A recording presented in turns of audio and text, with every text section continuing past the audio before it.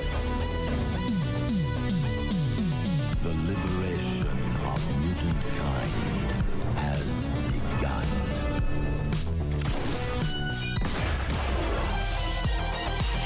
Welcome to the future. Who's this clown? Not clown, Joker.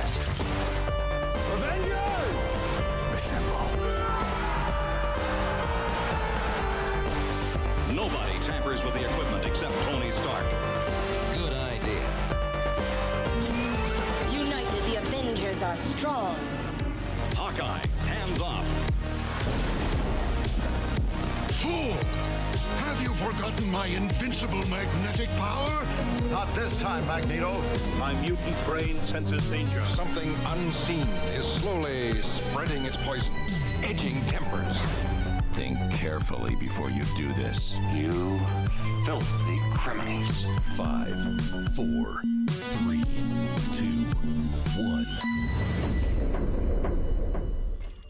What up, daddies? Welcome. Welcome to episode or issue 152 of Two Fat Guys Pull Us. And I'm going to just say it, Stefan, bring on the beef, right? Just bring on the beef. It is a beefy ass week. There's a lot of beef. It's a beefy ass week. It's so beefy there are books that aren't even on the slides. That's how beefy this week is. That's true. So let's get to the show's sponsor and the other business, and then we will get this party started. We're going to talk about our show sponsor, which is Collected Comics and Games here in the DFW area. We have 3 locations with them. We don't have them, but they have 3 locations here in the DFW area. 1 in Fort Worth, 1 in Keller, and 1 in Irving. They are an amazing shop. If you are in the DFW area ever, please go check out Collected Comics and Games. They're amazing. And you know, we also want to say check out the other comic book shops here in the DFW area. There are some amazing ones, but Collected Comics and Games needs to be your first stop for sure. Ron and Brent over there take care of us. They are great. They have an amazing inventory of comic books, toys, models, statues, cards, board games, you name it. They're amazing. So if you ever get a chance, go check out Collected Comics Games. They have 3 locations. Just do a little Google search. You got them. So heads up to y'all. They're amazing. We got to talk about our sub goal giveaway. We are ticking ever so closely to 950 subscribers. Last I checked, we're at 933. So we have gained a couple here, and we're moving steadily towards 950. Daddies, do you know something I don't? Well, I'm having another child in February, so yeah, he's got some to spare. Yeah. Anyway, if we hit 950 subscribers, we're giving away this King in Black #5 spoiler variant, CBS graded 9.8. It's an amazing Ryan Stegman cover. We will be giving this away at 950 subscribers, so make sure to hit that subscribe button. Don't want to miss out on that. And then a mere 50 more subscribers, guys. I don't know why we haven't done it. If we're so close, we're giving away this. Like, we're stupid to give it away. We're giving away an Amazing Spider-Man #4 Original Sin tie-in, the first appearance of Silk, a 9.8 CBCS graded. This book is only going up in value, guys. So please make sure to hit that subscribe button. We need the help. So please hit it. Hit that. All right, let's get to chat. We did talk about Stefan's beefy week. John, hey everyone, let's go. Rick says, hey guys, I gotta run, but saw you were here. We're about to start and wanted to wish y'all well. So here's to a good show, and you're getting there almost to 1,000K. Thank you, Rick. Empire, hey everyone. Last, after several missing episodes, I have risen. What up, Last? I'm very interested to hear what you have to say about some stuff. What up, Joe? Jaden, what up? Stefan, I am the only one who's enjoying this FF run. Nate had mentioned that he reread or caught up, and he's all about it now. So I'm not caught up, but I've been catching up, and I feel like I was a little too hasty to write it. He's on that dick. Anyway, that's a I Love You Man reference. What up, what up? Daddy's already got that one. Nah, Stefan, I enjoyed it as well. It is easy read of the month. I've enjoyed some of the FF run, but find it inconsistent as a whole. Last, Tom Burvort Is that how I say it? Brevoort? Brevoort. Brevoort is taking over X-Men as editor and replacing that awful, terrible klutz. Hopefully we get something new, Joe. But to be honest, Fantastic Four should have a bigger impact on the Marvel universe than it has shown. I probably would agree with that. Also, Scarlet Witch canceled after 10 issues. Can only hope this is Fall of X, Rise of X is going to be good. But it's coming back It's coming back. It's not. Yeah. Yeah, it's not. It's just like She-Hulk. It's just getting canceled immediately. Renamed. Yep. Destroying Hickman's house to rebuild theirs with sticks and bubblegum. All right. Well, we know where last stands.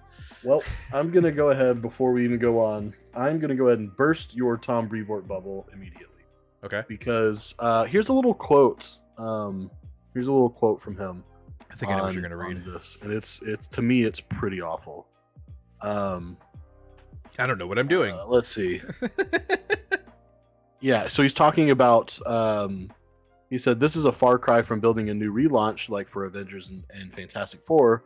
It's relaunching an entire line of titles, creating the infrastructure between them that will make up the new parameters of their world and how they will interact, and as well as deciding the characters who will end up where, who's going to be focused, and in whose hands. I've done a lot of things in my years on this job, but I've never had to do something so broadly. It can be a terrifying thing to face. I'm basically making it up as I go along, trusting my instincts and my experience to find a path to victory. Already, I've made a couple of non-traditional choices that have made the folks around me a little bit edgy, and I can't even say with a certainty that they're the right choices. All I can do is go on my gut and hope that it's the best, but it really is working without a doubt." Does that, I mean, even the man who's in charge is going, "I'm making it up and everyone's pissed." So I have let's go. Yeah. I have some theories, and we'll get to them as we get through the show because there are certain books that will lend to that perspective, mainly the X books, but the first book we talk about may lend to that very quickly. But yeah, it doesn't sound good. As of right now, I don't think I have any interest in any relaunched X books. And I don't think after tonight's episode you will have it'll get worse. And okay. But I will just give spoilers. I'm gonna go ahead and probably read like the base X-Men books just because I enjoy X-Men. I'm stoked for when X-Men 97 comes out. Like I'm excited for that. So like I'm probably gonna check it out. Will I do what I've been doing with X-Men books currently, like basically buying all of them? Fuck to the no. Like I will have to be incredibly intrigued to read it. So yeah. Let's see. Canceling a book after 10 issues seems pretty much the norm. Don't think it's a reflection of quality. Howdy. Holden says, howdy. We know we don't talk about it on the show anymore, but loved ASM this week. Listen, sounds terrible, but I'm willing to give it a chance comparing it to what we have now. So I'm right there with you, Last. That sounds like the head coach of the Carolina Panthers. It did. They won their first game today. Nice. Yeah, you thought they won the World Series or Super Bowl or some shit. I don't want to talk about the World Series right now. Listen, got me on edge. It was one little bad game. I know, but it's just got me on edge, man. Like that was. No, they go into. I know. And they're gonna whip some ass. I agree, but it's just still it's stressful as fuck. All right, let's talk about our first book tonight, and that is Captain Marvel issue number 1 from Alyssa Wong.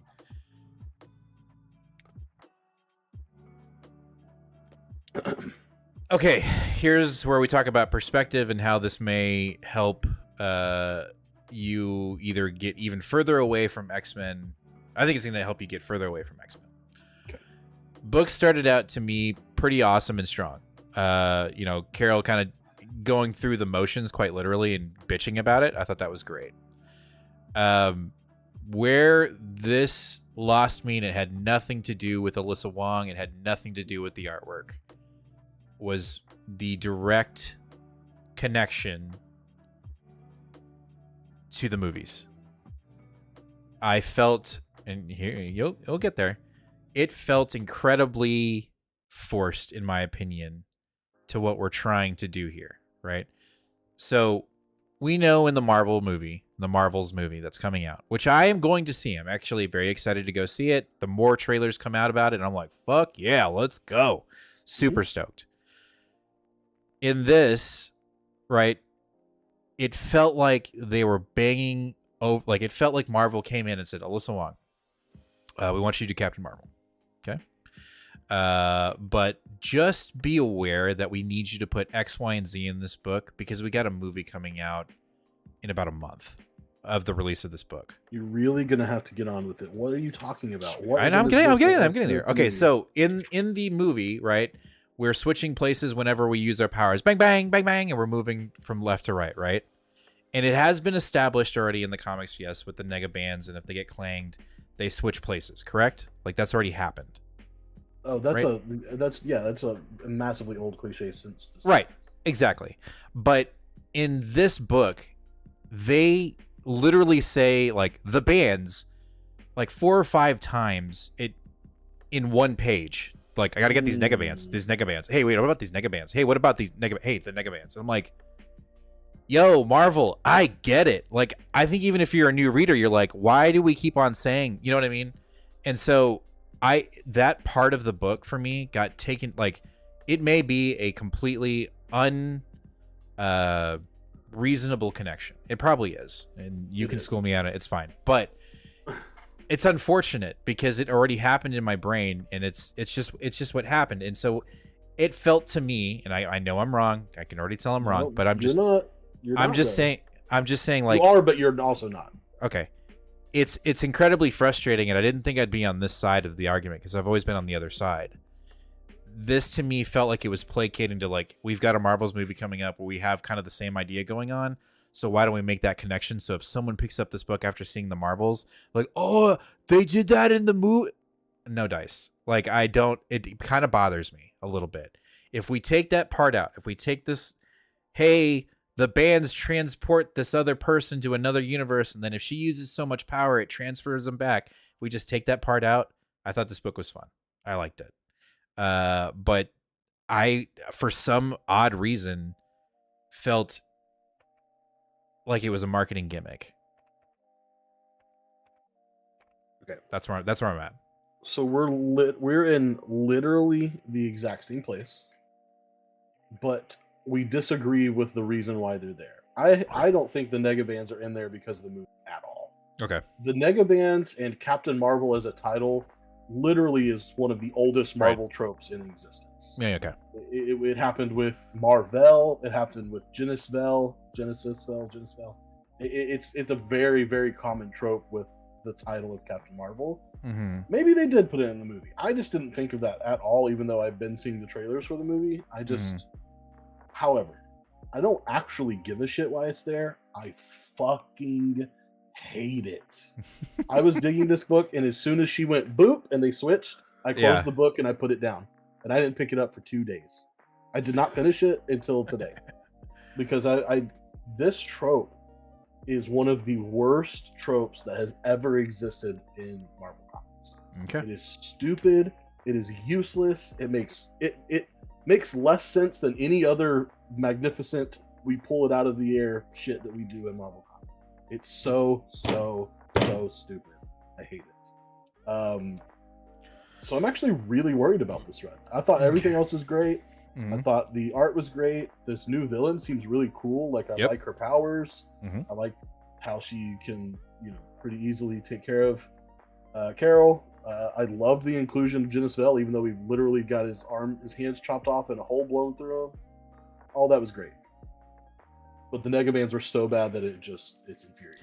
It just felt forced. Like and because they're not, like, from our understanding, what they're doing in the MCU, those are not the nega bands, right? Like they're those, at least they haven't been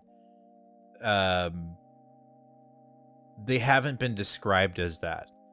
But I just get the feeling that when we watch Marvels, that's going to drop. Like that concept, it kind of already has, right? Like they've already kind of, in the trailers, they're already saying like, we're switching places and it's because our powers are connected. So like, to me, it only makes sense that by the end of Marvels or halfway through, it's going to be like, oh, I searched the Supreme Intelligence and these are actually called the nega bands, right? And then it's in the MCU. Right. And like, bro, like I just... And see, that's the other thing is I actually don't even care about that. Like, it doesn't bother me as much in MCU because I think the nega bands are a fun little piece of lore to show MCU only people. But I think it should have I think it should probably be dead after this movie.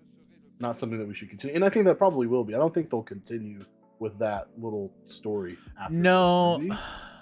I don't think so. I think it's because there's some significance of the actual equipment, because like and this is all theory, right? But the last two and shows and or movies that have had end credit scenes are talking about how the band that Kamala has on and the rings that Shang-Chi have are very ancient, and it's something that that Kang is gonna need. So that's the like, I agree with you. I think the switching thing will be a beginning and end within the Marvels, but it goes beyond that, I believe. Now, if they get called the Nega Bands, I'm sure that might happen. I think it will.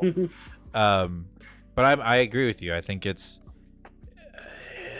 feels like Marvel was like, hey, we need you to, like, we see your comic, it looks amazing. You're redesigning her whole outfit and she looks like an actual captain. Fuck yeah. And I'm like, hey, I love that. Her new outfit, her new uniform, hell fucking yes. She looks kick ass. But it just feels like Marvel's like, hey, just kind of slip this in here.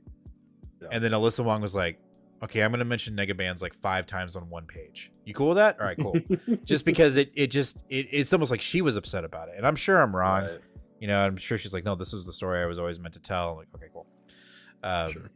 So anyway, so that being said, that is where I have some optimism, yet also hesitancy with the new X-Men comics, right?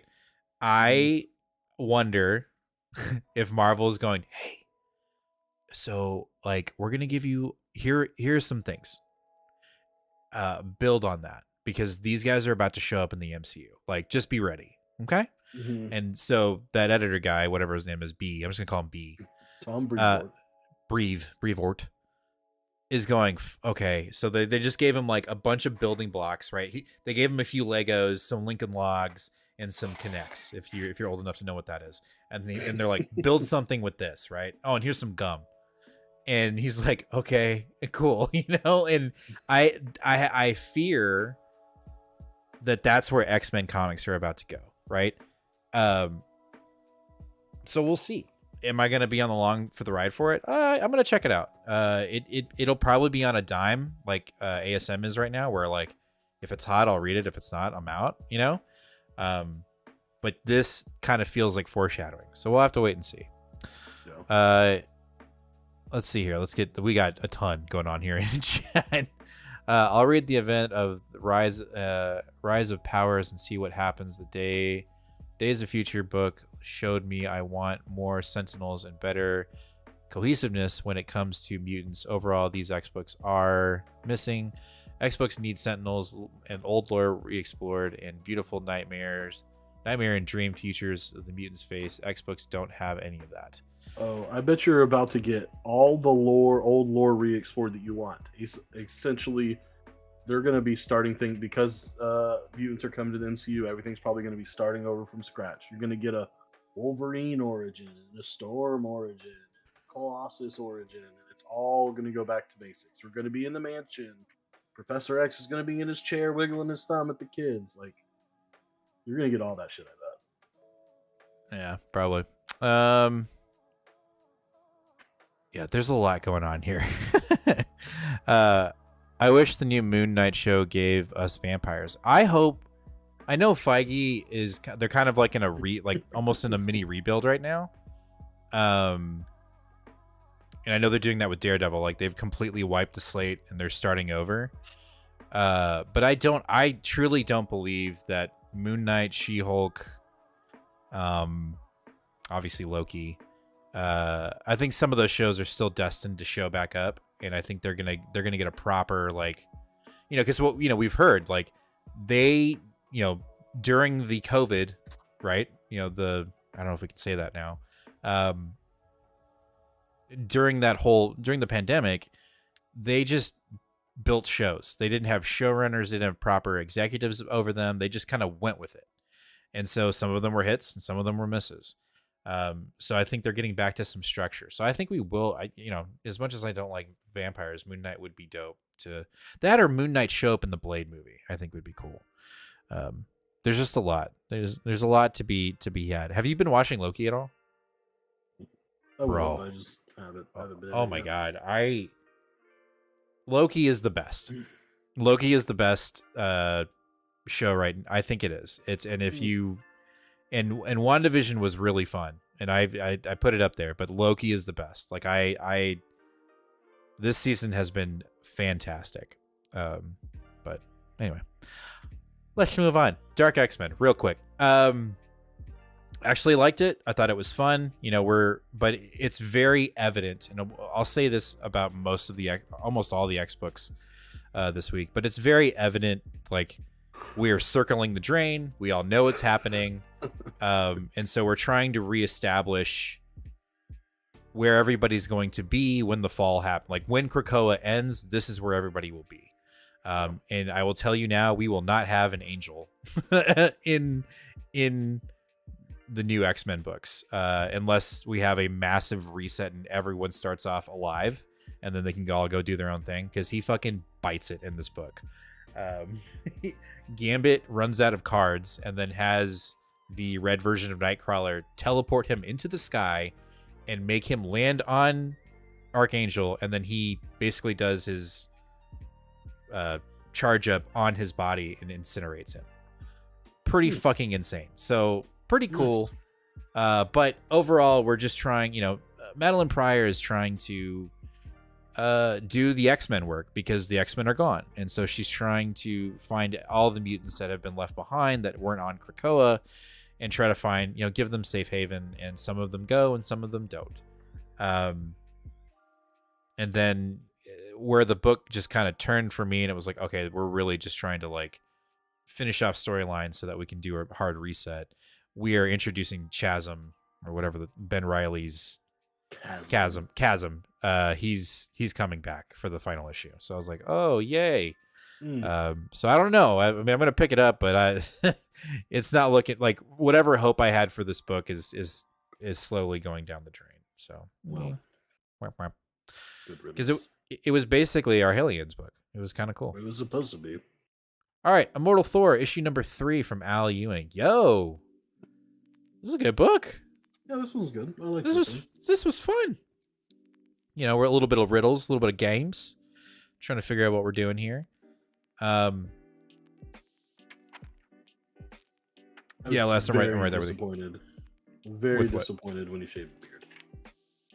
Oh, with the the beard, axe. I was like, damn, I like that. Let's keep that. And then he shaves it off like 2 pages later. Like, well, and we're fuck.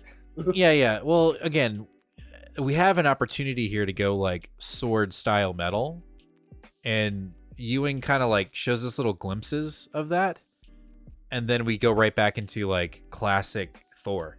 Like that, like have at thee. Like that's kind of how the voice of Thor feels like in this book. Like whenever we get even a hint of like death metal, we go right back to classic Thor. And I'm not saying it's bad, but I just got this itch that is not being scratched right now by Ewing. And I'm not saying this book is bad. I think it's a good book.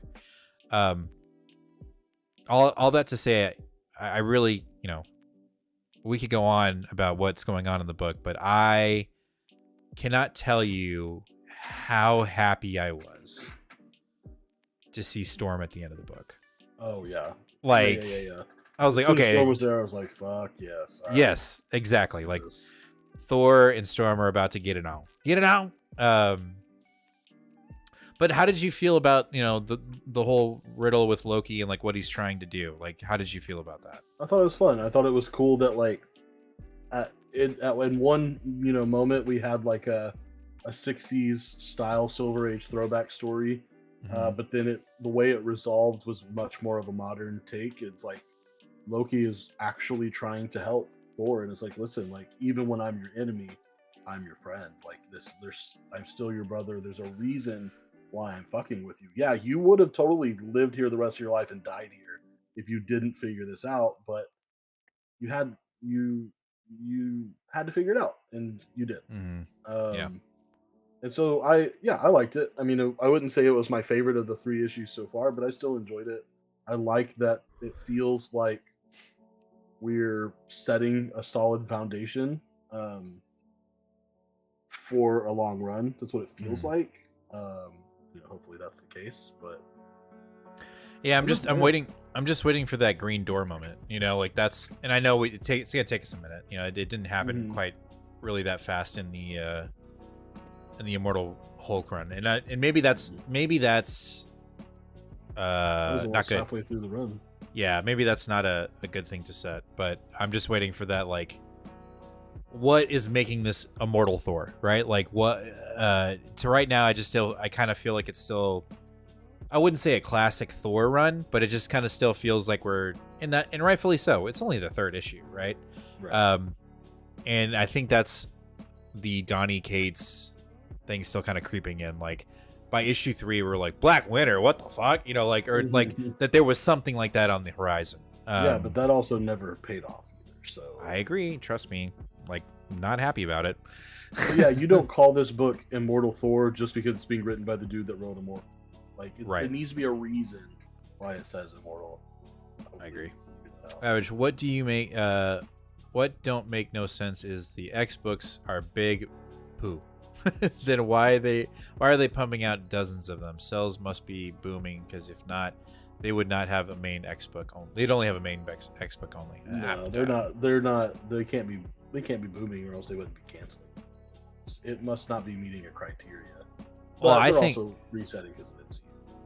I think they're resetting because of MCU. I think they're also resetting because it's too hard. I think it's too hard to keep up with all the rules of Krakoa. And, like, everybody's alive. Oh, God. Like, they need to whittle down the team. They need to, yeah. There could have been ways to do that without killing. Should Al run Immortal X-Men, cause lately Immortal has been super ultra garbage. We already have confirmed that Al Ewing is off of X books next year, so that's not happening. I'll be interested to see. I'll be interested to see who will be writing X books, right? Because the editor, he's not writing, right? He's just making up ideas. Yeah. So I'll be interested to see. He's the one telling them what they're allowed to write and what they're not allowed. Right now, he's the one talking about making up ideas. He's not even talking about to the creators that are going to be on the team. I hope it's Donnie. All right. That's just not happening. I want it to be so bad, but next up is Jean Grey. I hope it's Donnie and he writes a Cyclops book. Next up is Jean Grey, issue number 3. We kind of got we found out where Jean's physical body is. It's in the White Hot Place. And so again, we're dealing with Jean trying to see if she can find a way to subvert the Phoenix Force in another direction, right? And to no avail, right? It just never works out. And it didn't work out in this, Madeline just goes AWOL. She goes berserk, and gets even crazier. And so Jean has to kind of deal with that. And she basically says, no, just, it's me, no. And so now she's going to have to come to terms with the Phoenix Force. And my question is, will we be getting the Phoenix right off the bat in the new X-Men books? It kind of feels like that. It kind of feels like we're going to start with Jean being a bad guy, being the Phoenix Force in the new X books. That's my big theory, is that in order for everything to be back to normal, whether that's a no Krakoa or Krakoa, Donnie Klops, she's gonna have to do the ultimate thing and take back the Phoenix. That's my theory. Could be wrong, but that's just where I'm gonna go with it. She will be the reset. She will be the thing that brings everything back to life. But in order to do that, she's got to go away. That's what I think. That's what I took from this book. I know that's a massive jump, but that's where I'm going with it. All right. So me. Let's see here. What up, Patty? We did a Hickman cheers. There was a Hickman. Oh yeah, right. Yeah, Hickman did have the first. Took a shot. Drank a beer. We had Dr. Pepper and we traded it for Dr. Thunder. Damn, son. No, Damn. that's not what happened. What happened was you had Dr. Thunder you had Dr. Pepper. Dr. Pepper threw a bitch fit when he didn't get what he wanted and left, and all that was left was Dr. Pepper. There you go. That's what happened. You didn't have anything to do with it. He did. Sheesh. Sheesh. Oh, can we talk? Oh, man. Did you read this? Of course I read this. I'm mad. Why? Because it made you a little teary? No, the story... Listen, the story was great. I really liked the story. I love the writing. Okay. I am devastated from the artwork. It's not the same artist. Right. And it pissed me off. It killed the book for me. Like it sucked all the momentum out of the book. All the heart. Yeah. I hate that. I hate it. I'm absolutely, because I think Stark's writing was amazing, and I was so ready to push pick of the week for me, and it didn't happen because the artwork in this book was poo-poo. It wasn't bad. It wasn't poo-poo. It's just the first 2 issues were so good. The same. Yeah. It wasn't the same. The tone was different. So whatever they were trying to achieve, you know, D-Dog just looked like D-Dog. She didn't look like D-Dog. You know what I'm saying? What's so frustrating about that is this is a 4-issue series. Wait till the goddamn thing is done before you release it. Like this dude, Jesus Herves, who's our main artist, who will be back for the last issue. We could have figured it out. Like the dude's a professional. Like we could hold it off a month. Hold it off a month. 2 months. This is a 4-issue mini. It is not tied to any continuity whatsoever. What? Like this is just editorial blundering. Joe, I and agree. Again, I like this artist. Juan Gideon is an artist I enjoy. But you're right, it ruined the tone of this book. I'm so pissed. I think it's so stupid. Joe says if an artist can't do 4 issues, a 4-issue mini, whatever then they're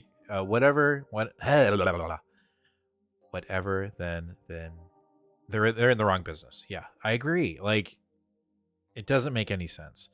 Joe, how many times has Gene had the Phoenix? Feels like a lot of we keep thinking of that because we had a lot of other Phoenix hosts. I don't know. I think it's gonna happen because of what Nate said. Like we are getting back. It feels like we're going to a bare bones basic, the original storyline, origin story, and maybe some of them are different, right? Maybe they're, Beast is now in charge of the school, and Mystique is, I don't know.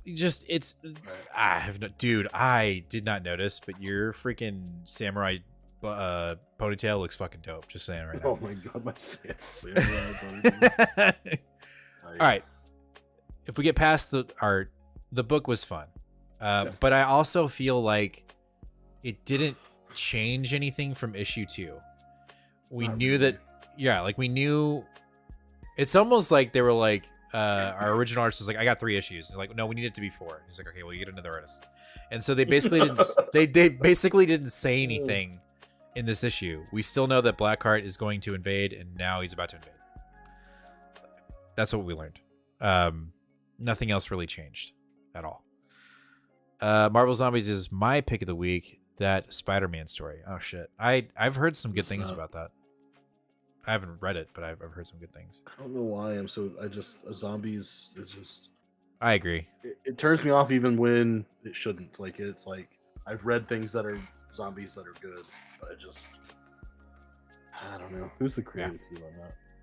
Oh, and it's even a Marvel Zombies Black, White, and Blood. See, that kind of changes it. And Garth Ennis. Guys, you failed us. Why did you not tell us about this sooner? Dude, it's our job to tell them. Come on, man. Yeah, I don't know. I'm still good. All right, Miss Marvel, the New Mutant. I'm still liking the direction. I have to remember. I read this. This is like one of the first books I read. Oh, that's right. So she's in her dreamscape trying to figure out who the surfer doctor dude is. And we come to find out that it's her own Donny Cates moment. It's her brain fanboying out and basically creating superheroes in her mind. So it's her subconscious. And while we're doing this,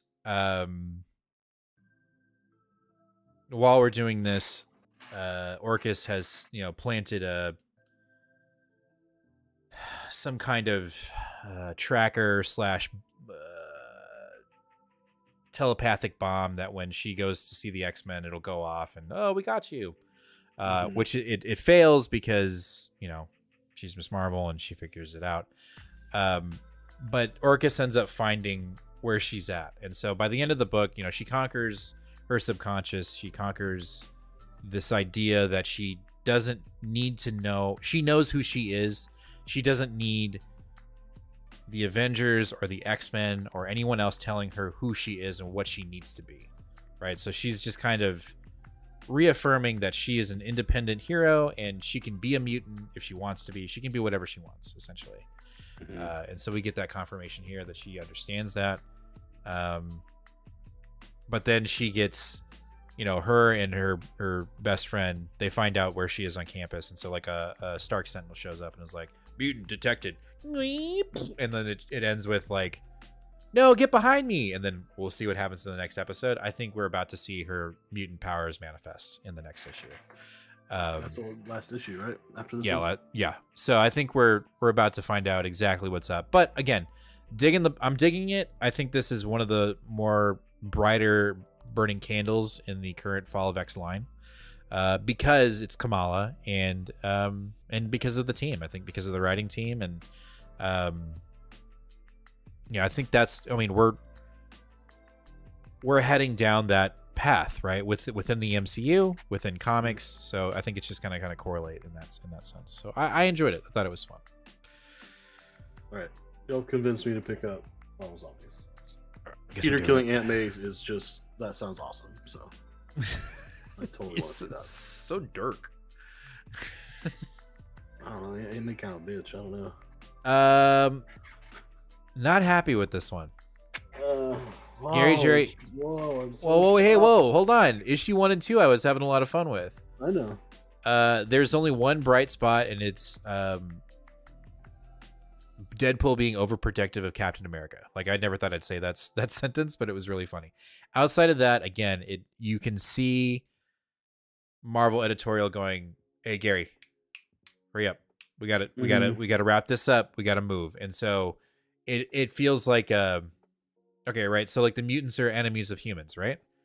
So what does Cap do? He does the most Cap thing.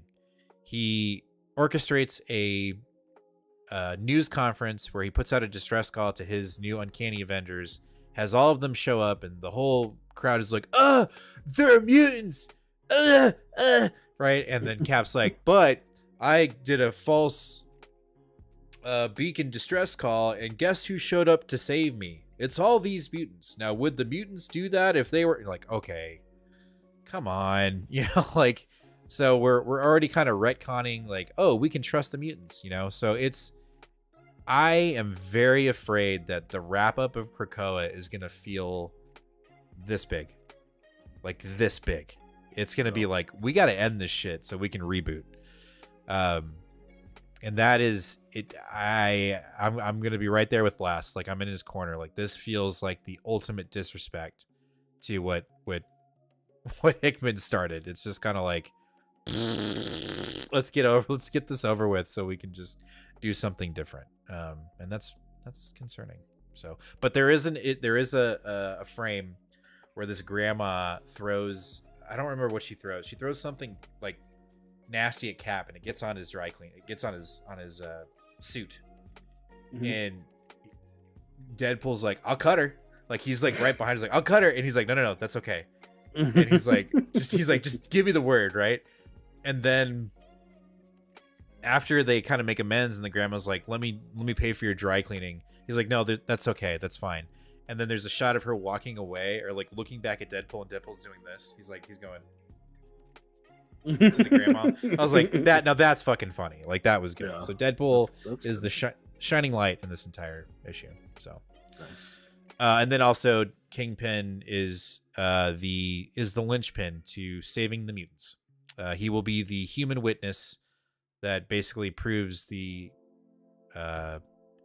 innocence of the mutants, because he was there when all the humans died and he got saved. So he's gonna pin it all on Orcus. So it's coming down quick. Like, how do we solve this whole issue? How do we get out of it? Oh, Kingpin. So it just feels kind of desperate. I'm sorry. I sound so angry, and I'm not. I like this week. All right, let's jump over to DC. Action Comics, 1058. It's good. I liked it. I'm right. I'm sitting right next to you, Nate. I'm upset. Finally. Wait. I'm upset. I'm he's upset leaving. that he's leaving. Like, Yeah. it just feels like it's getting good here, and like we know this is over. So Yeah. Williamson, if you don't fucking continue this super family arc, like if the super family is not a thing in your run, I'm a bit pissed, because I think you've been doing it well, and I think also Johnson has been doing it well. And if you get rid of this dynamic of like them being a family with Superboy and the kids from Warworld and Supergirl, and like if you get rid of all that shit, I'm out. I'm gonna be pissed. It's gonna be very frustrating. And But I like this. I think we've gone too long, especially how we are with our artists and stuff. We've gone too long without acknowledging Rafa Sandoval. He's only missed one issue in like the past 14.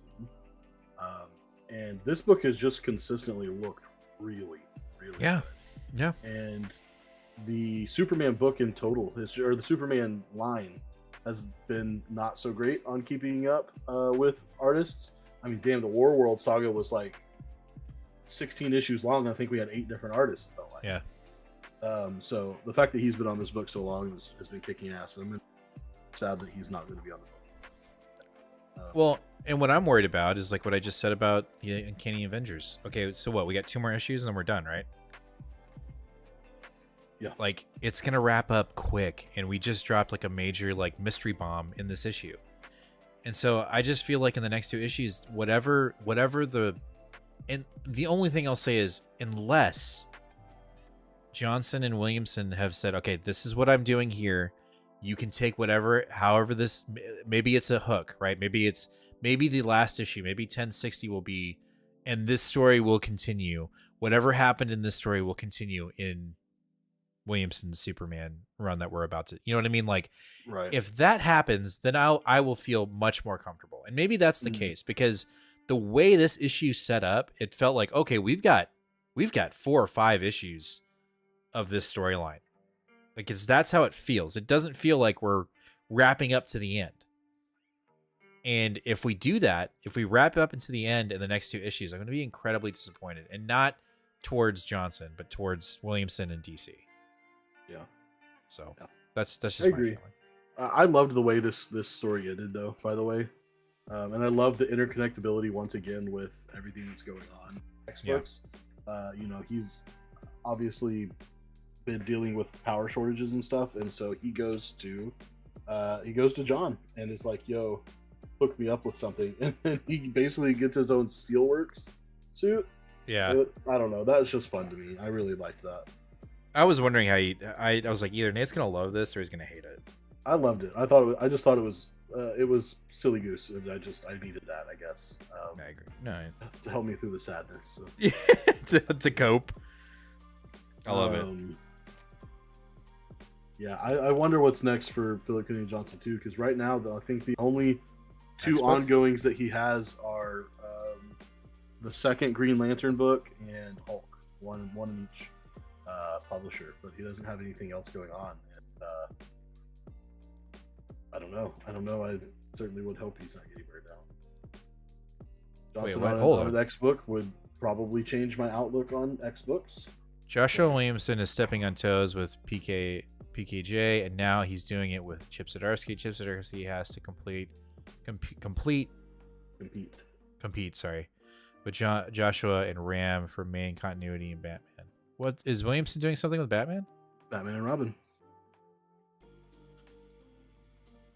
I'm telling you right now, for whatever reason, and I'm not making any judgments or drawing any conclusions or anything, but for whatever reason, the powers that be at DC have got one of those big giant checks you give to the charity and left it blank and handed it to Williamson and said,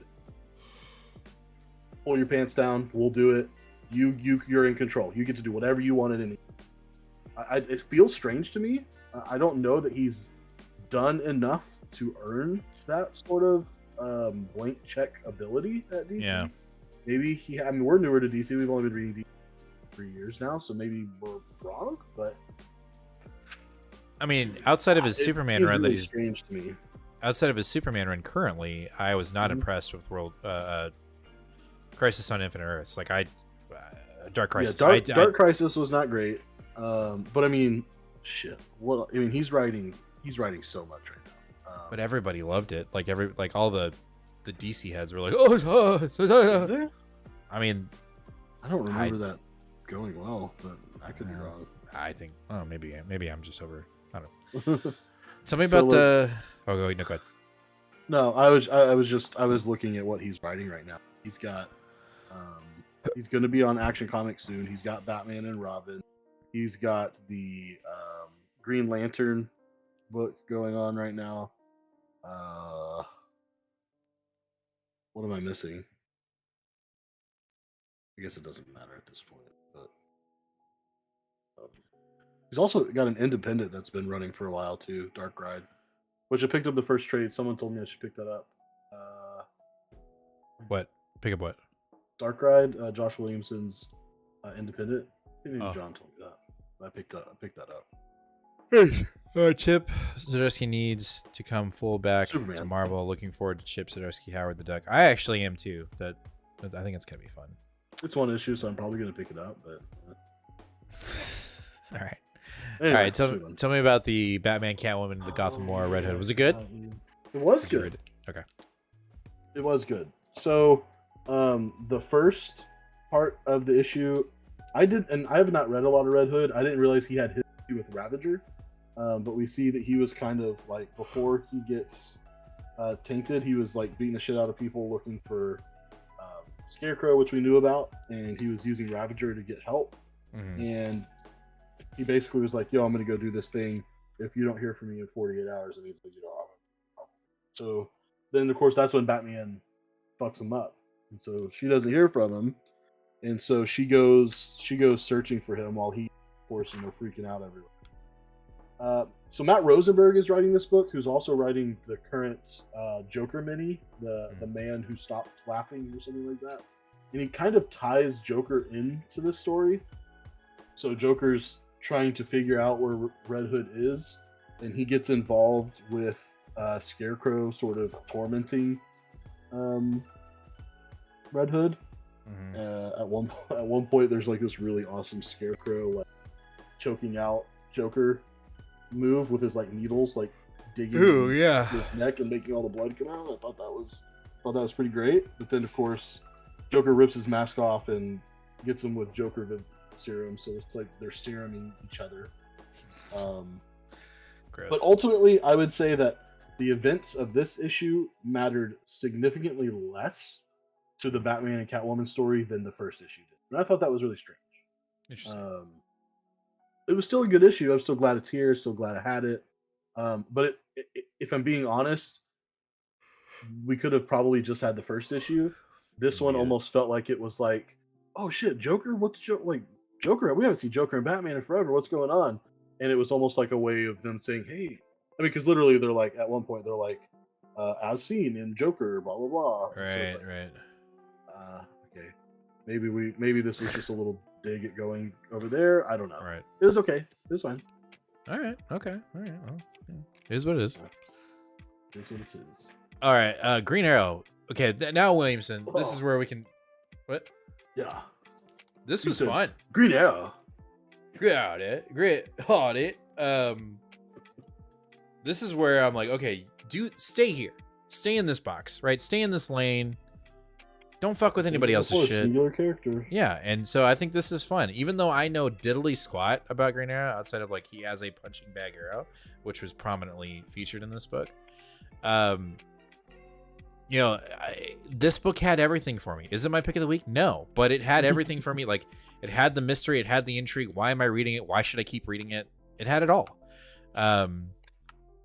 We find out that Arrow is he is being fucked with at the utmost degree, right? Like, he's being told he can't go back with his family. He's got to stay he has to stay away from them, and he comes to terms with like that's not the case, but it's gonna be hard for him to get back to reality, son. You know what I'm saying? Like it's just hard to get back. It's gonna be a hard fight. And he's, you know, I would say he's a much more convincing, because of attitude and personality, detective of a detective. What the hell is that? That's weird. One of my tabs had an ad and it was like Megalodon 2. Anyway, I just find him to be much more of an intriguing detective than Batman, which is weird to say. That's very weird. But I thought Batman has a bit of detective in like years, so right, he's just fucking pissed at everybody. And so like him finding out like this older version of him really isn't, you know, it's a robot, you know, that was cool. And then him, I thought it was neat because like I was like, there's no way he's gonna kill his older self, right? And then like no, but I liked him, like, you know, he was trying to figure it out before the guy even showed up, you know. But there's still this mystery of like who's fucking with him, who's telling him he can't be with his family. I love that. Right.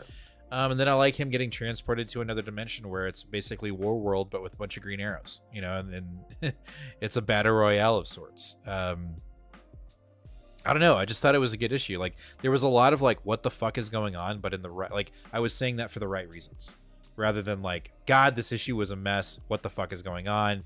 It was more like, damn it, what the fuck's going on? I gotta know more. Yes, Empire just put it exactly how I feel. Love the new Green Arrow issue, but if we don't get answers by the next desk, okay, that's kind of how I feel, and I think we will. Yeah, this was initially pitched as a 6-issue mini, and then got picked up. So I think we'll probably get some completed answers or some feeling. I feel like this whole arc is going to probably get wrapped up, and then we're going to kind of move into something else. That's what I'm hoping. But I feel like I'm in the same. I feel like, all right, we've been doing this for 5 issues, and like it's starting to feel gimmicky. As soon as he was like, oh, I knew it was either a clone or a cyborg or a robot, I was like, okay, yeah, that makes sense. True. No, it would have been cool if he killed his older self. Like he just had gone so insane. That would have been cooler. Yeah, that would have been cooler. I agree. But it was still good. It was still fun. I'm still going strong. I agree. All right, next up we have Doom Patrol issue number 7 of 7. Is this the end of the Doom Patrol? No. But no. It was fun. I think overall the 6 out of the 7 issues were really fun. I think there was that one random issue that just basically was a Night Terrors issue without them calling it a Night Terrors issue. Overall, I liked it. I think Doom Patrol needs to be given as much space as possible to grow, and I think that it's the dark horse of the DC comic book family right now, and I think it needs more attention. So hopefully I hope we get an ongoing. If I'm being absolutely honest, I hope we get an ongoing more than hey, we got another 6 or 7 issue mini. Like don't give it a limited series. Doom Patrol, I think it warrants a ongoing. So I'm just gonna say that now. I hope that happens, and we get a little mini retreat in this book. You know, we fight off the General Mortis into this like candlestick god thing. I don't know. It was weird. Like I didn't know what the fuck was going on, but I enjoyed it. And I enjoy the characters. I will say I loved the artwork throughout this series, but I want the Birds of Prey artists to be on the next run. I think that would be very fitting for this group. Yeah. I just think it would be fun. It's a classic look, and this is a classic team. I think it's really fun. So I don't know. Overall, what's made me happy about it is that at the end we quite literally get the Doom Patrol will return. I think that was the one thing that I was looking forward to the most, and if it wasn't in there, I would be upset, and it was. So I liked it. I think the group is fun. It's unique. The characters are unique. It's it's DC's mutants. You know, it's the metahumans. I want more of it. I think that's all I can say about it. Is like the issue was fun. The conclusion felt good, but the fact that we get hey, we're coming back, is pretty kick-ass. And then the prologue no, is it prologue or no epilogue? The epilogue at the end was pretty dang cool, you know. And I don't know much about, you know, I've only dabbed really in the main continuity of death metal and DC metal. But we get a variant of the Batman who laughs, and that is the Batwoman who laughs at the end of the book. So I think that's pretty cool that we're kind of fucking around with an idea that kind of spits in the face of these multiple DC reboots. You know, the Dawn of DC and G5, the failed G5, and whatever the other one was. It kind of was like, nah, we're still gonna go fuck around with that shit, which I really like. Because I think, yeah, there you go. You know, like that was so long ago. But anyway, but it feels like it because they just reset every goddamn summer. I'm sure we'll get another one after this Beast Boy event. Like, the DC universe has changed because everybody's animals now. You know, like, oh god, like, can we just stick with it? Stick with it, dude. All right, next up we have Wonder Woman issue number 2 from Tom King. That's Chips. Pick of the week. This is my pick of the week. This is my pick of the week, dude. Sorry. I don't know. I really liked it. I liked the parallel storytelling between Diana of the present and her past of becoming, you know, the champion to get off the island and be Wonder Woman, essentially. I thought the artwork was fantastic. I found it refreshing that it wasn't. It's gonna sound so uneducated. It wasn't as wordy as issue 1, even though issue 1 was my pick of the week when it came out. I just felt like this issue showed all of the strengths, whether they were physical or mental or metaphorical, of Diana. I thought she just looked and felt strong, and smart, and it just felt like a smart book. And I really liked her conversation with that soldier. And the dude's like, please. And she's like, y'all are about to waste a fuck ton of money. Like, sorry, you know, like that's what's his name, right? Or, I don't know if that's her boy or not. It might be. Shows you how little I know about Wonder Woman and stuff. Right. I feel like that we should know that automatically. Yeah, I'm right there with you. But I really liked the ending. I thought when we find out that the person that she fought in order to take the mantle of Wonder Woman to leave the island it appears to be the Amazon that went rogue in the first issue that ended up starting this crisis. Now, chat, let us know. Should we know that person at the end of the issue? Like, is that a well-known established character? Right. Or is this something new? So let us know, because if there's even more weight to it, then this has become even more of a bigger issue for me. Because when they reveal that that's basically her, that's the woman, that's the Amazon that has started all this shit, and it's clear that she's upset that she didn't become Wonder Woman and Diana did, like, right, about it. So I liked it. I thought it was a lot of fun. Go ahead. I was just going to say what Disciple said. The dual narrative that was going on. I have said it before on the show. I really don't like dual narratives in comics, especially like Donny Cates style, where it's like one sentence in this one, one sentence in this one, one sentence in this one. But in this comic, I thought it was done to absolute perfection. I just, the parallels to what was happening, like driving home the point of, like, you know, the trials and tribulations she's been through, what she's going to do. I thought it was really.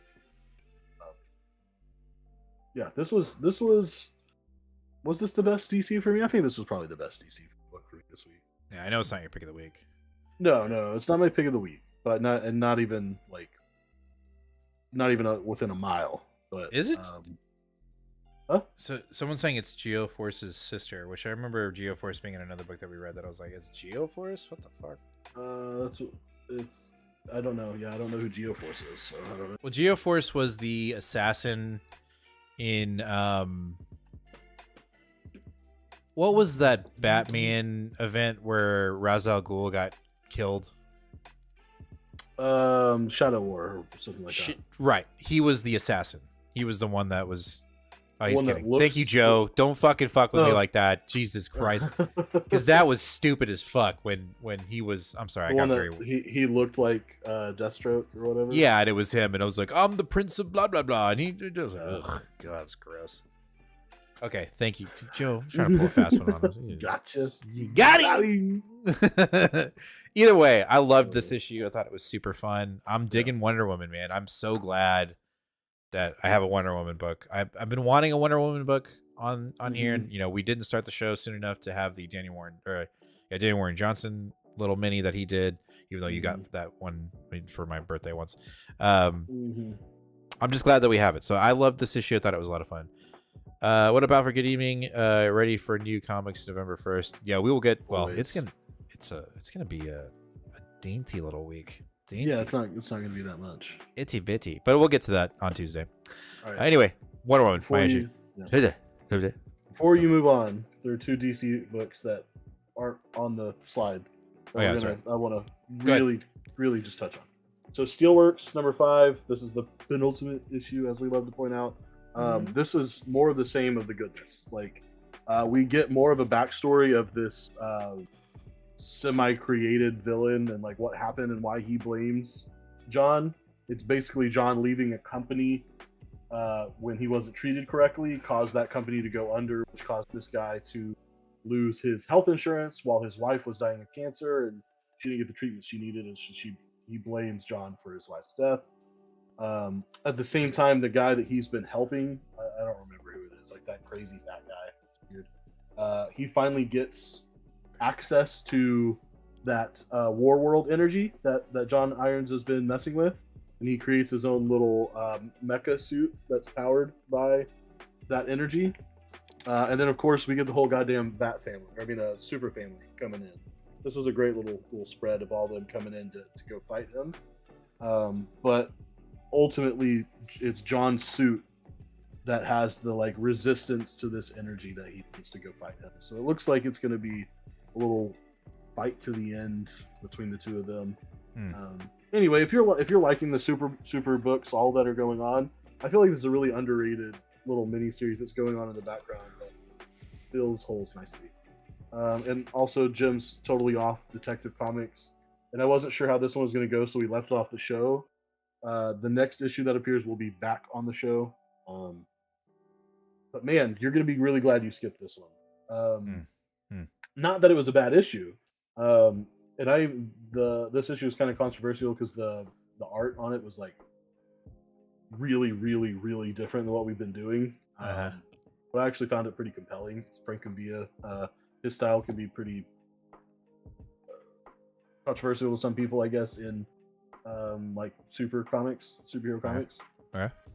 But man, I was really hoping this issue would give us some sort of wrap up to what's going on before we start the new Western arc that's supposed to be a mid arc in between the 2-part series arc of the Ram V run. Nope. Literally, this issue is, Batman's been inhabited by the Osmer demon, whatever, and he's being pursued by those 2 detectives, right? One of them is the one that he saved from the fear toxin. And they're driving in the guy that is, trying to find out where Batman is. He makes the connection and goes, holy shit, I think Batman is fucking Bruce Wayne. Drive to the Wayne Manor. That's where Batman's gonna be. And they drive there, and they see him at the Alfred's grave, and he's mourning. And that guy, they get out of the car, and he's like, shit, I was right. Like, Batman is motherfucking Bruce Wayne. And then the other detective turns around and fucking shoots him and kills him. And it turns out he's been working for this secret family the whole time, who, he doesn't know jack anything. He's just a henchman. Yeah. And the family's collecting him, and they're going to hang him in front of Gotham to show that they're the true protectors of Gotham. And it just sort of ends. Like, all right, like, we've got Batman, and now we're going to hang him. And you're like, okay, cool. So that's the next issue, right? Nope. Now we're starting the 5-issue bi-weekly, super ramped up Western story. That's going to be in the middle of this. And once that story's done, like, I seriously think this is going to be a issue fever dream of Batman's. And none of it's actually really happened. It's so weird. Like, it's so weird. Well, Who no. approved this shit? I don't know. But I'm still gonna read it. That's right. No, you're good. I'm not. I don't. And I think don't it starts for next. I think it starts next week. So Okay. I'll let you know what's going on. Anyway, those are the other two DCs that didn't quite. Talk about it Tuesday. We'll jump into Independence right here. Why don't you just talk about this one right now, Nate? John says, did anyone read Gone? From Distillery, I picked it up, but didn't read it yet. Not sure how I feel about magazine-sized comics, but I really like Devil's Cut. I will say I picked it up, didn't read it because I got the Peach Momoko cover, but I have not read it Peach Momoko cover. yet. Yeah, dude. Did you pre-order it? Yeah. Oh, damn. Here, I'll put it up on the screen while you talk about it. Oh, fuck. Yeah, son. Asshole. Well, don't. That is. Well, you didn't rude. tell me about it. Okay, so this wasn't on the show, but I picked it up and I did read it. Gone. You were the one that was like, "Are you reading Gone?" Like you told me about it. I figured right. you had Okay. seen. Well, I didn't. Told me Okay, that. so the magazine, you said not sure how you feel. I really loved that, and Jock did a fantastic job of utilizing the format to make a gorgeous book. Like, this book is amazing when it comes to the art. The story's a little weak. The story's a little disjointed, I guess I should say. I'm interested and I'm intrigued by what we're doing here, but it's really choppy. And maybe it's because I was a little fatigued by the time I got to this book or something, but I got through a third of the book before I even realized where they were. I thought they were still in one place, and they were in a totally different place. And I was like, when did that happen? What's going on?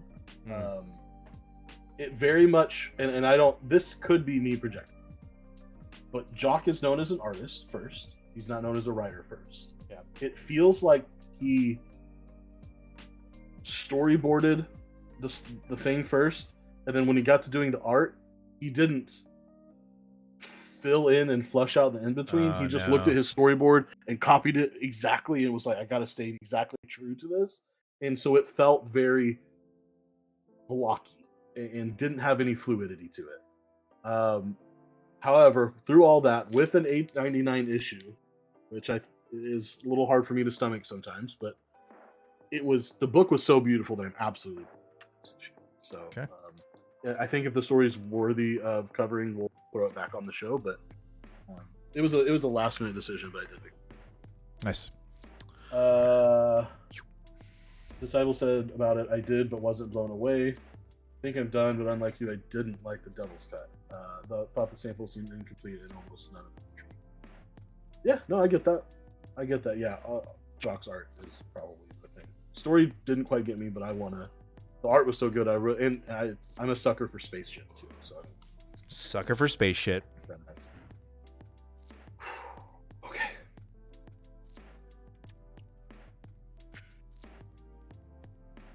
No. Okay. It's I get it. If I'm being fair, there are 3 books in Independence this week that if they weren't on the same week, they would they'd be all their be own picks of the weeks. week, and Right. by a large margin. This book should be my pick of the week. This Right. book was so good. So think of all of the things that we've liked about Lila Starr. This interesting look into a culture that we're unfamiliar with. This weird ephemeral feeling of that there's something obviously it's supernatural, right? It was the epitome of, or the embodiment of death come back to life, Right. and we finally get that tie-in here. So our big guy here is driving them out to the desert so that they can see these massive mounds, these huge desert fields of these chilies that they grow, that are these really hot chilies that they use in their food. And of course, it's just the 3 of them. It's him, it's the camera guy doing the shooting, and it's a driver.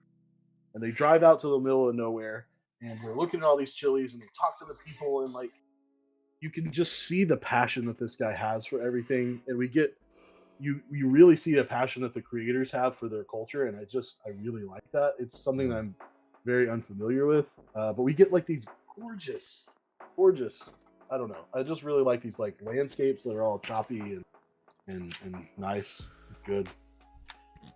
But of course, we get that supernatural element, that weird element. This motherfucker eats the, and I'm pretty sure the dude eats the driver. Okay. The big guy. He eats the driver. Okay. They go wandering off to a village to go find meat, and when they come back, it's just the big guy. He has meat, but the driver isn't there.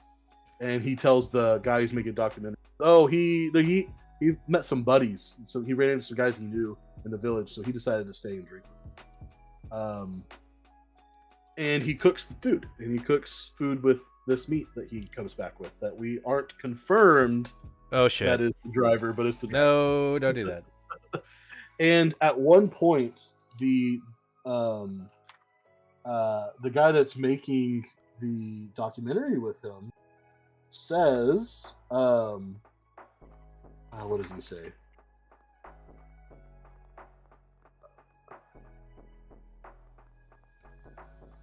He basically is just like contemplating, like, why are we still doing this? Why did you pick me? And what is all this? And so he goes into this really loud, this is why I do things. Like in life and art, some flavors are made by the effort that it takes to get to them.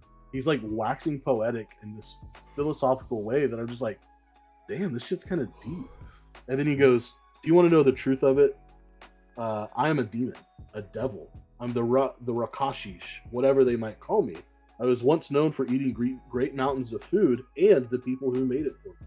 For much of my existence, I've been labeled as a horrific creature whose only living purpose has been to terrorize when the truth couldn't be further from it. I love food and I love people. And I want for people to see themselves as I do. I want you to understand how beautiful, how utterly delicious you are. And the guy just starts laughing at him and says, whatever, okay. And I don't know. This thing hits me in every possible way. And of course, the two guys that are pursuing him are right there behind him and hears all this. And he turns to them because the documentary guy walks off to the car and he says, see, guys, I literally just told him who he is and he doesn't give a shit. Leave me alone. And he like sprays pepper dust in their face and then runs away and gets in the car. I don't know, man. This book is just so fucking, I love it. So Joe says, I read this. After reading it, I stood out my window and thought about this book. Took a shower. I thought about this book. Went to bed thinking about this book. Woke up still thinking about this book. Yes, this book is so good. Joe then says, I'm still thinking about this book. And then Neighborhood says, I am flying to DFW tomorrow and want to check out the comic shop you recommended. Yes, it is. And Disciple, you right there, you say, where was it? No, yeah. It's called Collected Comics and Games. There are several locations, though my personal favorite is the one on Altamere Drive. That is the one in Fort Worth. You do you, Neighborhood, but do check out Collected Comics and Games. They do have 3 locations. The Irving location, which will probably be the closest to the airport, will be also the smallest. Is the smallest, but is the most newest and the closest. But if you get a chance, I'd say check out Altamere and Keller if you can, because they both are amazing in different respects, and they have very, very big catalogs of things. Yeah. And then I'd also recommend, personally, if you're in Dallas, definitely go check out Zeus Comics. They're freaking awesome. And then if you are anywhere in the mid cities, Duncanville Bookstore. They have a fucking insane back catalog of books, and then they have a whole section where they're just keys. You can get lost very quickly. Yeah, it's like 20 boxes of keys. It's insane. And then he's got trades out the wazoo, hardcovers. I mean, he's got everything. Yep. Should I move on? I mean, you. What I was hoping you would say is, okay, I fucked up. I'm coming back. And that's what you should be saying. I'm not going to say that on the show. You can't hear what I just said and read what Joe said before I was finished saying it and realize how amazing this book is and how wrong you are for jumping off of it. Eh. Everything we loved about Lila Starr is in this book, man. Eh. And that was one of our picks of the year. I'll think about it. It's so fucking good. I'll sit there with Joe. I'll think about it. Okay. All right. Next up, we have. Before we do this, Oh, before just because it would be next if it was in the show. I also picked up Slow Burn Boom #1 because it's a Boom #1. Right. I read the solicitations and thought, man, that sounds pretty cool. Actually, the solicitation was like fleeing a botched robbery in New York City. A junkie, her dying partner, and a dementia-ridden old man pull into a coal mining ghost town in central Pennsylvania. Obscured by the caustic mists spewed forth by the coal seam fire of the 60s, this is a perfect place to lay low, score a fix, and take a hostage? That sounded pretty cool to me. This book is not cool. It is not good. Oh my god.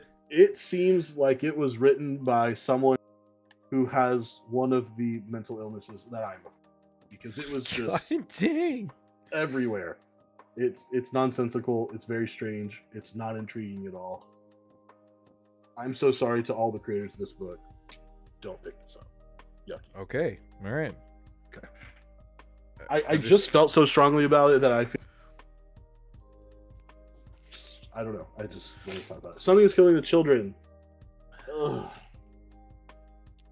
It's not my pick of the week. Whoa. So, hey, whoever said it, I think John said, I feel a Dracula pick of the week coming. Looks like you're right. Because it's definitely not Void Rivals. I can tell you that. Oh, man. This book is so good. Look at this setting. Oh, it's so good. This is the 4th issue of this arc, which is the showdown at the Easy Creek Corral. It just, the atmosphere that is created in this book is absolutely unparalleled. It even beats the atmosphere of Rare Flavors, which is almost impossible. Yeah, I mean, you just, but this issue is really just like a Blue Balls kind of issue, because everything is like just about to happen, and then boop, barely happens. So we're basically setting up where we know the duplicit type that looks like Erica, even though she doesn't know that yet, is going to be coming down this one road, and her and the aunt of the girl are waiting. Erica's up on her horse. She's got her arrows like dipped in this weird poison shit that's supposed to hurt the monsters. And she sees it right as they hear a scream from the house where the little girl is. And they contemplate, was that her fucking around, or is she really like in trouble? And Erica's like, no, don't leave. Like, we need you to be here to help me shoot this shit and do this, and then we can go check on her. And she's like, nope, I'm not going to do that. That sounded like something was happening to her. And of course it was. Cutter, this, the crazy bitch that's been after Erica the whole time, was in there and holding a knife to her throat. So homegirl runs back to her. Erica sees the monster that looks like her, and she, what the fuck is this? Boom, boom, boom, starts shooting arrows and misses them all. And then hears the woman screaming, and is like, oh fuck, I gotta go back. So she rides the horse back to the little cabin area, sees Cutter, aims, shoots, looks like the thing's about to hit her right in the neck, and she just catches it out of midair. And she's like, oh shit, looks like you did something to the tip here. Let's see what it is. And then stabs a little. And I'm just like, oh, damn, son. So I believe this is the last issue before we take, or I believe we have one more issue before our break. So this was sort of like the really big build up. Yeah, it is. So this is the really big build up to what I think is supposed to be the finale of the second, 12 issue long arc. The story was good in this one, but the story wasn't A+ in this one. The art, however, was A++. It was so good. A++. But of my 3 picks of the week, if I could have, this would have been Nate, you forget. This is your show. You can do whatever the fuck you want. You're right. If you want to have 3 picks of the week, you can. I do, but I only want you to hit the button once.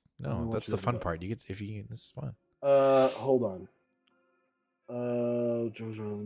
Did you guys not pick up Scott? I didn't, but I've thought about it for a really long time. The only reason why I didn't is because I already had 17. Yeah, we have a lot of. Empire, tell me if it's worth a pickup.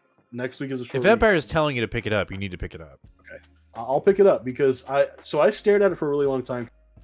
We have 3 Green Lantern books. I feel like I want to have the complete thing going on. Yeah. Maybe I should pick it up. And then when I was like, I have $75 of books in my hands, I hesitate. It's a lot of money. But luckily, I had money on my account. Yeah. No, you're good. Sales, yeah. You're That's all. set for a That's minute. all. That's almost gone. So don't. What? Yeah. How? I mean, I bought a lot of shit. From that Okay. store. Okay. All right. I got it. Understood. Joe, I have already pre-ordered that. I pre-ordered that the second I finished the last one that just released. Right away. All right. I'm gonna do something for you. Just because you're not willing to do it, so we're just gonna. That's Nate's pick of the week. Hit it again. That's Nate's There you go. pick of the week. All right, cool. All right, next up we got Void Rivals, issue number 5 from Robert Kirkman. I think he's continuing to build this Void Rivals universe with the Transformers in it. I don't expect the GI Joes to be in Void Rivals. I could be totally surprised. I think they're supposed to be at some point. You think so? Well, we'll see. But I like this issue is the first issue that felt somewhat, I don't want to say cohesive, but it felt kind of natural for the Transformers that they had in the book to be in the book. With I don't remember the name of it, but it's the judging like the four-face Transformer. And him basically being like, oh, you've heard, there's this, he mentions one of the planets. And I'm like, oh, here we go. So like we've got some entanglement going on. But overall, I liked the book. I liked, we've been on this journey with these two characters now to 5 issues, and there's clearly a relationship growing between the two, whether it's rivalry or friendship or not, Goku Vegeta style relationship building. But the secrets between their two planets kind of starting to seep out, and this new sisterhood that's showing up that's kind of like, that reminds me of the sisterhood in Dune, the witches in Dune, that kind of them being in here I thought was really cool. I'm very interested to see where we head with it. I liked it. I thought it was really fun. I liked it as well. Let's see here, Joe. This is the second to last issue before they take a break. Fuck breaks. Okay. I know, right? I agree. Stefan, are you guys picking up Cobra Commander or Duke books? I don't know. I don't, as of right now, no. But at the same time, I'm inching towards game day decision. I don't have as much of a connection to G.I. Joe when it comes to like the canon of G.I. Joe. I played with them when I was a kid. I had a ton of G.I. Joes, whether it was like the actual action figures or if it was like the old school 1970s basically Ken doll. Like I had a couple of those. Like I think at the most I think unfortunately the most generic answer ever, my favorite G.I. Joe is Snake Eyes. I think because everyone's like, oh, he's the fucking ninja. I don't even know who that is. He's the shit. So I don't know, but we'll see. Like I know it's Williamson. We'll just have to wait and see. It's going to be a game day. Who's the artist on those books? Do we know? It is known. I don't know who. When did they come out? Not that either. Oh, okay. Let's see. Skybound. John says, I'm picking up Cobra Commander for sure. I always hated Duke, though. I mean, Duke is kind of he's more Captain America than Captain America, which is saying a lot. I guess it's like next year or something. I'm not seeing it. Oh, it's not even out this year? Okay, then I'll really think about it. Yeah, it's not even this year. But overall, liked Void Rivals. I really dug these like Sisterhood Witch people that showed up for the other pilot and were kind of like, and it kind of had Dune vibes, them coming in and saying like, magic user-esque kind of weird telepathy. I liked it. I'm liking what Kirkman's doing. I like what he's building here. I love that, I wouldn't be surprised if in the future, next year or so, we get Void Rival toys from Hasbro, because they're connected to this. They have to be.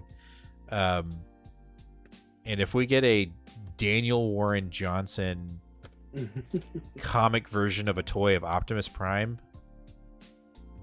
whatever money I decided to save is gone. Like, it's just straight gone, baby. But otherwise, either way, I loved Void Rivals. I thought it was a lot of fun. I'm digging it. Yeah, I like too. But it was time for the to show up. I was like, all right, we know that's where this is. The Resistance team. Oh yeah. It was. We knew that's where this was going, so I was like, it's time for them to show up. So I'm glad. Yeah, I agree. Yeah. The Transformers book gave me hope that the new GI Joe books will crush it. We'll see. It's just dependent on who, Williamson, I guess. I'm up and down on him. We'll see what the art is. If the artwork works, then I'm down. That's the linchpin for me.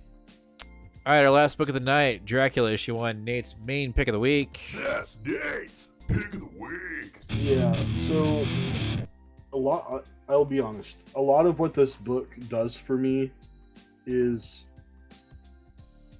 hard to put into words. It's just, it scratches the itch. I don't know how else to put it. So sounds right. In a lot of ways, this book is doing a disservice to everybody. Listen, I'm the biggest Tynian truther of all time. Right. Martin Simmons' name needs to be first on this book. This is Tynian is Simmons' bitch in this book. Oh shit! He is working. Tynian is working for Simmons on this book. Okay. He's doing all the weight, and his art is being showcased in a way that I didn't comprehend was possible. Mm-hmm. It is perfect in every single facet. This is the greatest art book comic I've ever seen in my life. And I say that with confidence. This is the greatest example of comic art and in the medium as I've ever seen. I love it. It's so Disciple, you're telling us we need to buy Green Lantern. If Nate tells you to buy this book, you buy it. Like he is not fucking around. I'm sorry, Empire. Like he is adamant on it. I guarantee it. I mean, for some people, this might not be your thing.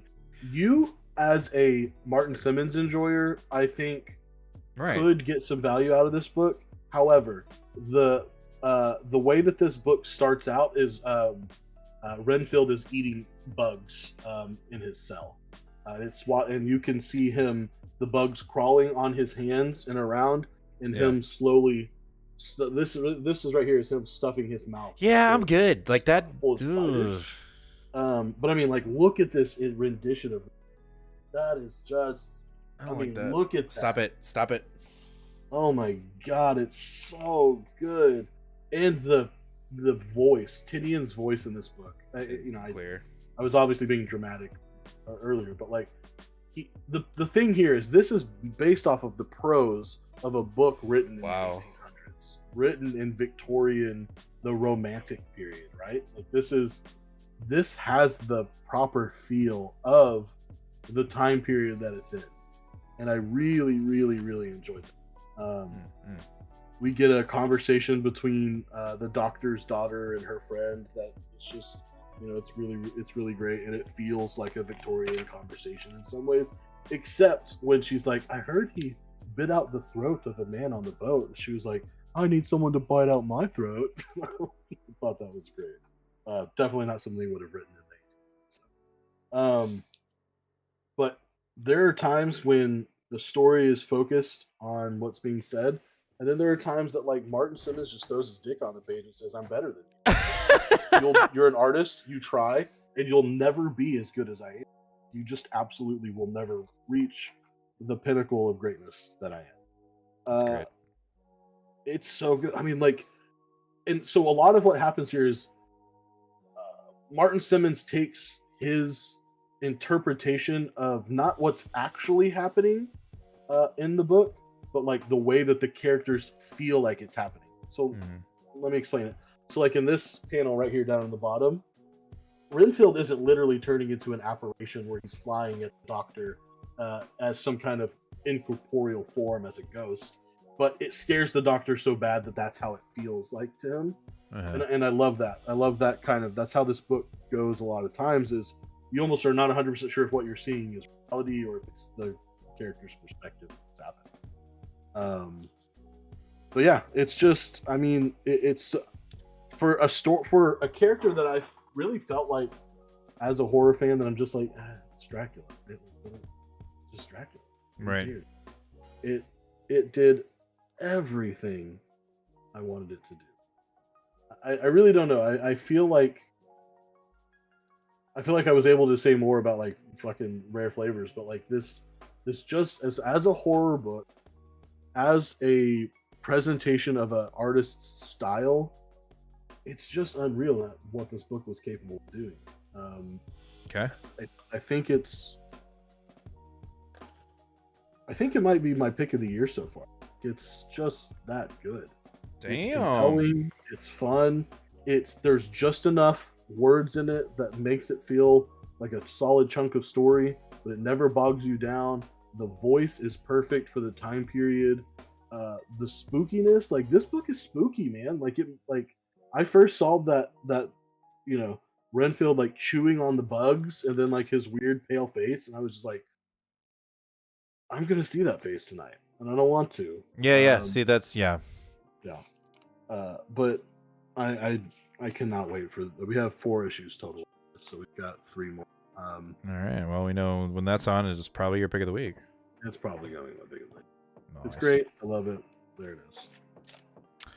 Well, on a other note, dude, check out what I found today.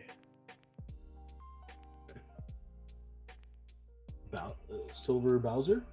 So it's called Dry Bowser. So there's a character called Dry Bones from Mario, right? So they released this guy a couple times and then they released him again and I could never find him. And I went on Amazon to try to buy him and he's like $40, right? And I'm like, I ain't spending that kind of money. Well, we went to Shields today to get like winter coats and shit like that. $5. Found him. Damn. Yeah, son. He's sick too. Like I love it. Anyway, that's like non-comic book related, but anyway.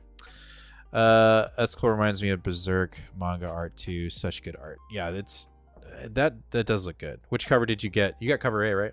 I got cover A, but that's because that's all the shop had.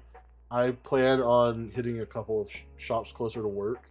I really want to see if they have a couple of them. The one I really want is frustrating because it's the Deladera variant, the artist from Something's Good.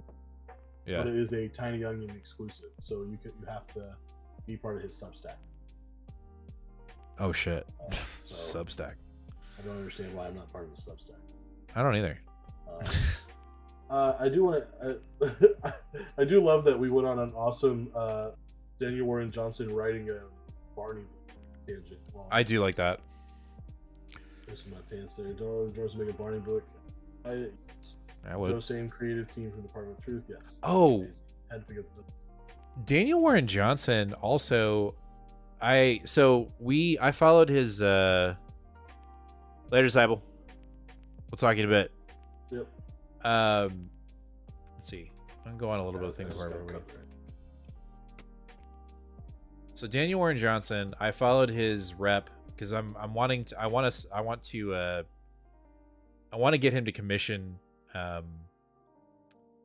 our logo. Like I want to get a new logo redesign and I want him to commission it. But I was on his Instagram and he is getting ready to release Do a Powerbomb long sleeve t-shirts. Oh shit. Yeah, son. That's cool. I am going to be getting one of those when he releases it. And let's see if I can find it. Yeah. Oh god, here we go. It's right here. It's on his Twitter. I'm not gonna call it X because stupid. Right. But check this out. Like yeah, I am going to be getting this shirt whenever he does release it. It's amazing, and I love the guy to death. He is such an amazing artist. I think he's a really good storyteller, and I cannot wait. I am dedicated to getting him on this show. I want to interview him so bad. And I know he has a setup because he does a live stream ever so often. He did a live stream to do director's cut notes on Transformers. So I got to get him on the show. It's just going to happen. Yeah, next time get them shirt. It's an amazing looking shirt. I cannot wait. So anyway, that I believe is going to do it for this issue of Two Fat Guys Pull List. Yeah.